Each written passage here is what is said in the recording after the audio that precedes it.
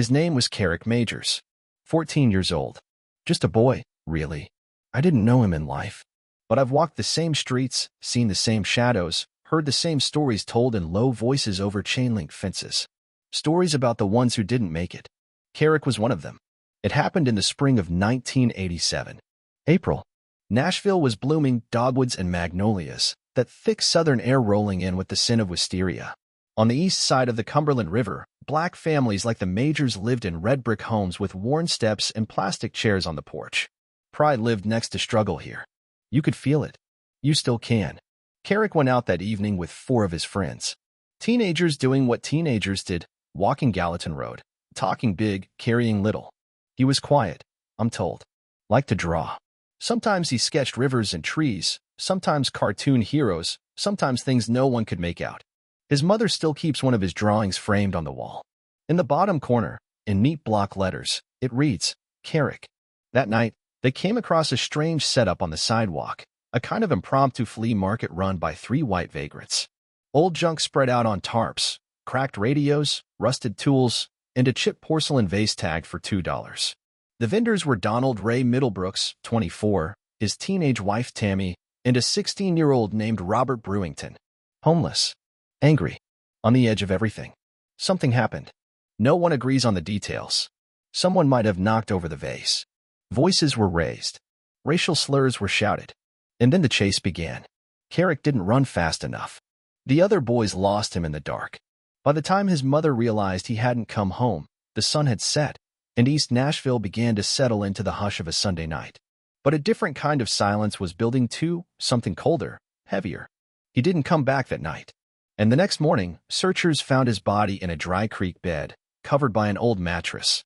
The details were brutal. Unrepeatable, almost. Torture. Knife wounds. Burns. A letter, X, carved into his chest.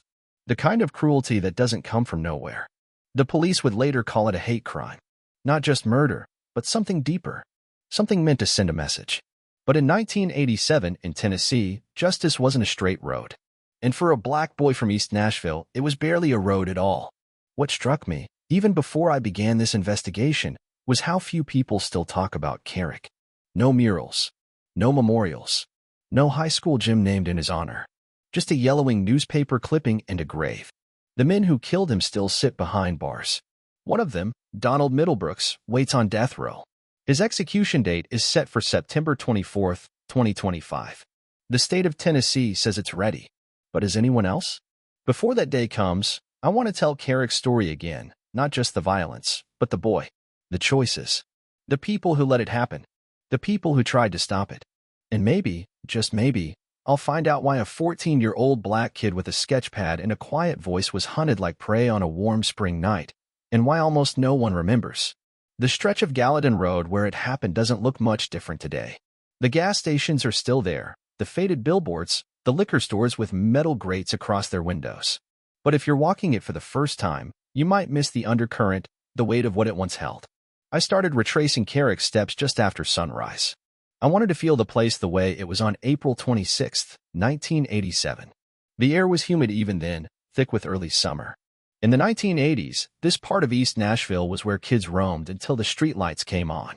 It wasn't safe, but it was theirs. That Sunday evening, Kerrick and his 4 friends, other black boys, all local, were out on foot, killing time. According to police files and survivor testimony, they were doing what they usually did, hanging out near convenience stores, goofing off, talking about bikes and baseball and girls they were too nervous to speak to. They had wandered toward a rundown lot near Douglas Avenue where people often dumped furniture or tried to sell junk for cash. That's where they met them. 3 white drifters had laid out a makeshift flea market on the sidewalk.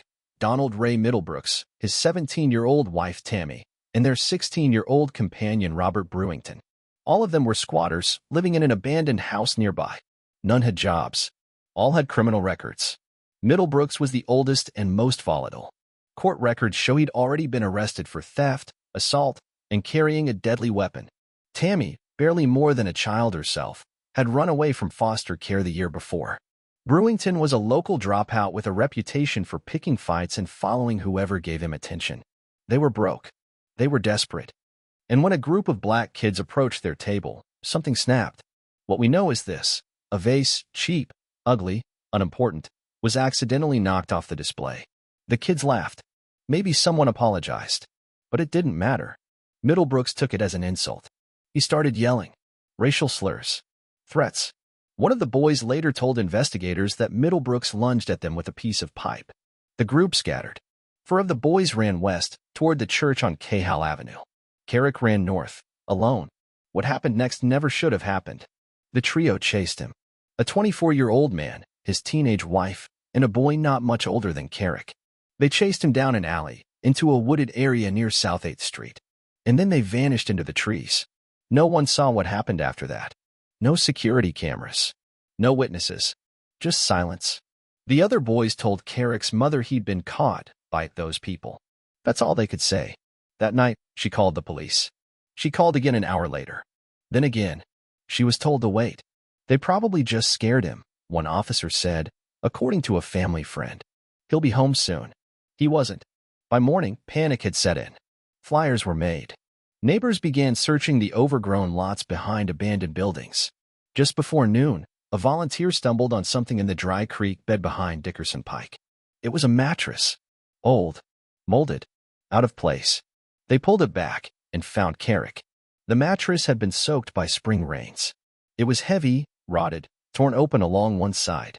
Underneath it, in the stillness of that shallow creek bed, lay Kerrick Majors. His body bore signs no child should ever carry. His hands were bound behind his back with a shoelace. He had been beaten, cut, burned. The letter X had been carved into his chest, just over his heart. His clothing was torn. Dried blood stained the rocks beneath him.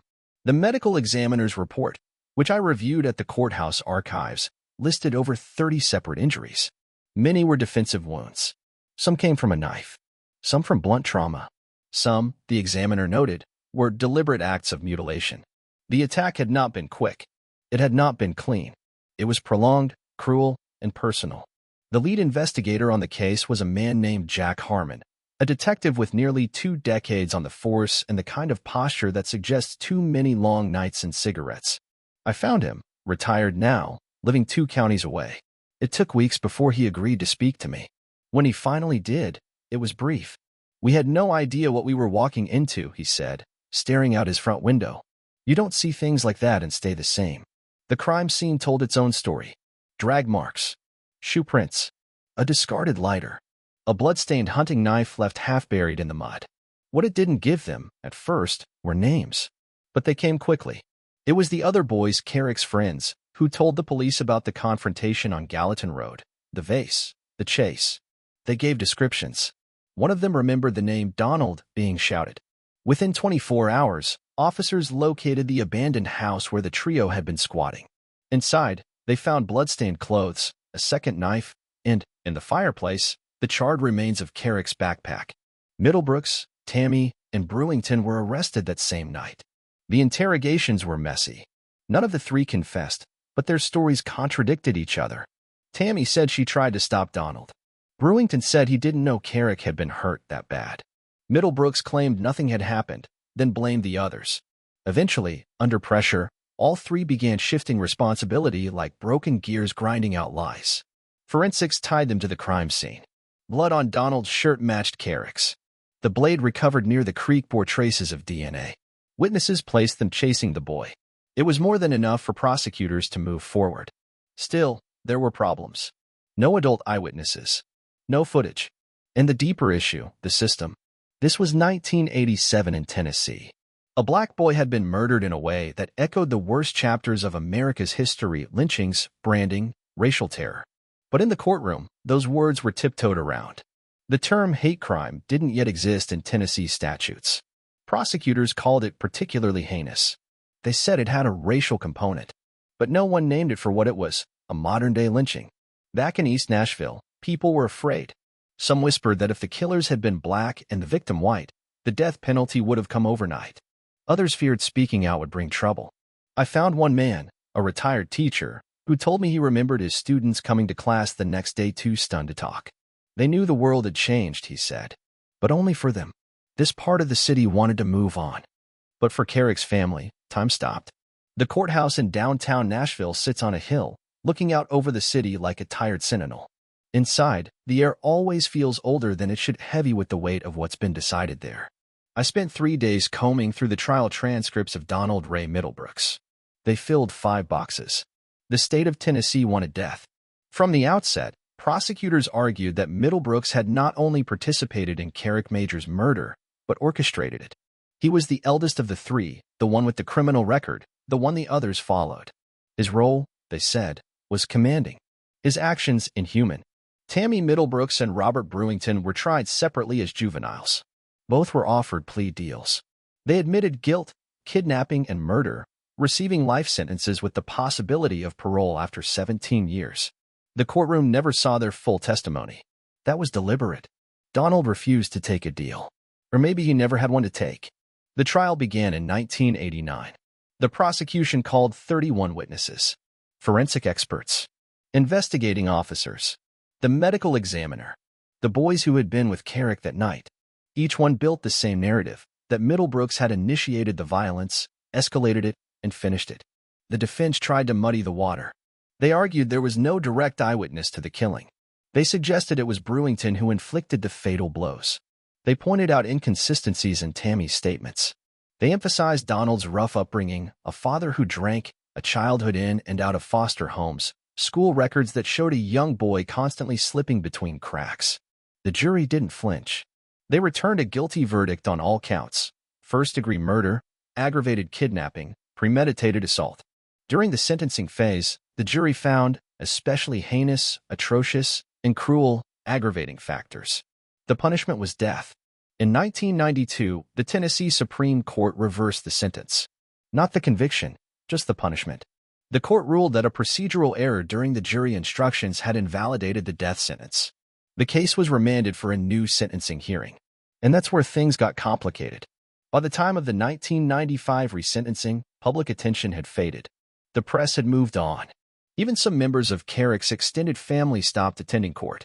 But the prosecutors returned with sharper teeth. They repainted the entire picture in excruciating detail. Photographs, autopsy reports, recordings of the panicked 911 calls. This time, the defense leaned harder into Donald's psychological profile. Childhood trauma, diagnosed mental illness, a low IQ, borderline cognitive impairment. A clinical psychologist testified that Donald suffered from untreated PTSD, developmental delays, and symptoms consistent with dissociative episodes. The jury listened, and then sentenced him to death again. That's how he landed on death row at Riverbend Maximum Security Institution, where he's remained ever since. In those 3 decades, appeals have come and gone. Some cited ineffective counsel. Others leaned into constitutional challenges, 8th Amendment protections, evolving standards of decency. All were denied. Then came the moratorium. In 2020, Tennessee paused executions after botched protocols and previous lethal injections. The state was forced to review its procedures. For years, the execution chamber went unused. Middlebrooks waited in legal limbo until March 2025.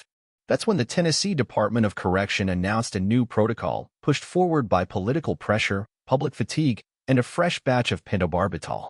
With it came a new execution date, September 24, 2025. The clock was ticking again.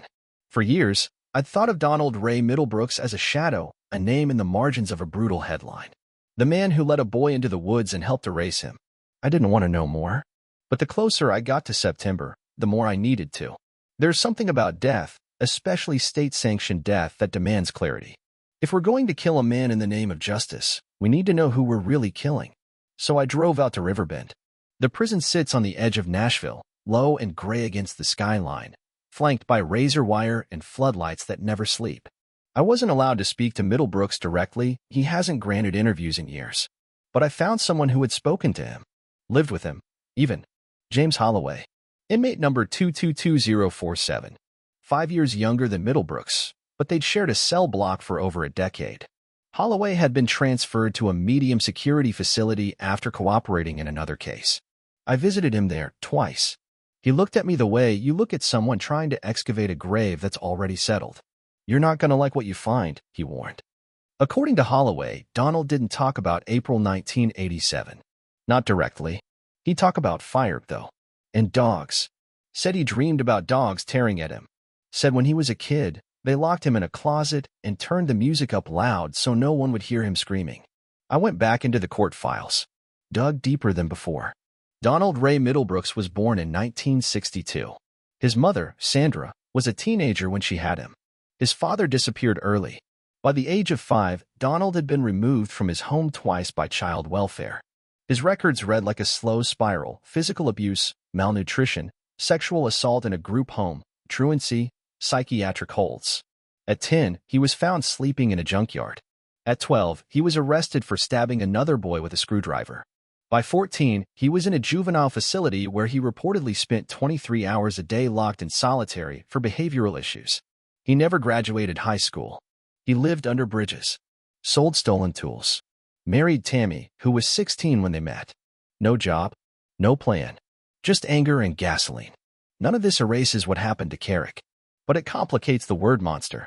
At what point does a person stop being a victim and become a predator? Where's the threshold? I asked Holloway if he thought Donald ever changed.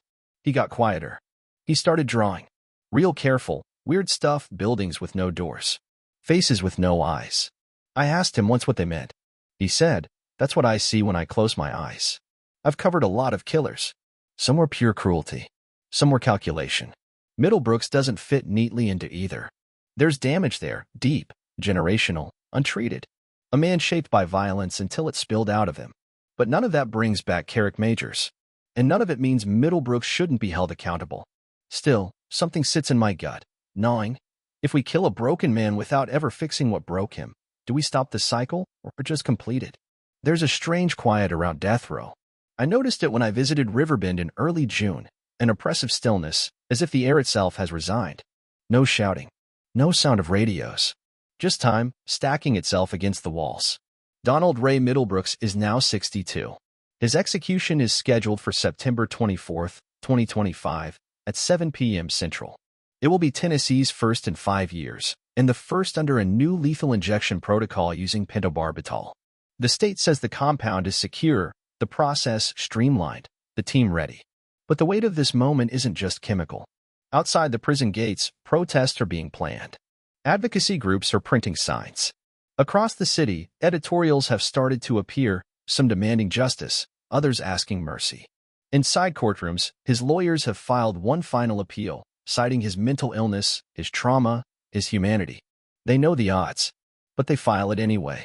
I stood outside Riverbend just a few days ago. The summer heat bore down like judgment. From where I was, I could see the low concrete walls, the observation tower, and beyond that, just barely visible, the building where the execution chamber sits. It's not marked. No signs. No windows. Just a door that opens once. In a small church nearby, I met with Tanya Majors, Kerrick's cousin. She was only 10 when he was killed, but remembers the funeral. Remembers her aunt collapsing at the gravesite. Remembers a city that moved on while they stood still. "I'm not for death," she told me quietly, "but I am for ending things. This has been open too long." Like a wound. I asked her what she thought Kerrick would be like now, at 52. Probably a teacher, she said. Or maybe a dad with too many kids and bad knees. He'd be here. That's all. That's all. It's easy, I think, to abstract these moments, to treat them like policy, or numbers, or news cycles. But they're not. They're people. A boy with sketches in his backpack. A man with ghosts in his head. A city that still doesn't know how to hold both at the same time. The state of Tennessee may follow through. Or it may not. Governors change their minds. Courts intervene. Chemicals degrade. History stutters. But if that day comes, and Donald Ray Middlebrooks is strapped to a gurney in a sterile room, and a syringe carries a fatal dose of barbiturate into his veins, if that really happens, then one era will end. Not neatly. Not cleanly. Just end. And the rest of us will be left to wonder whether that was justice, or just another quiet forgetting.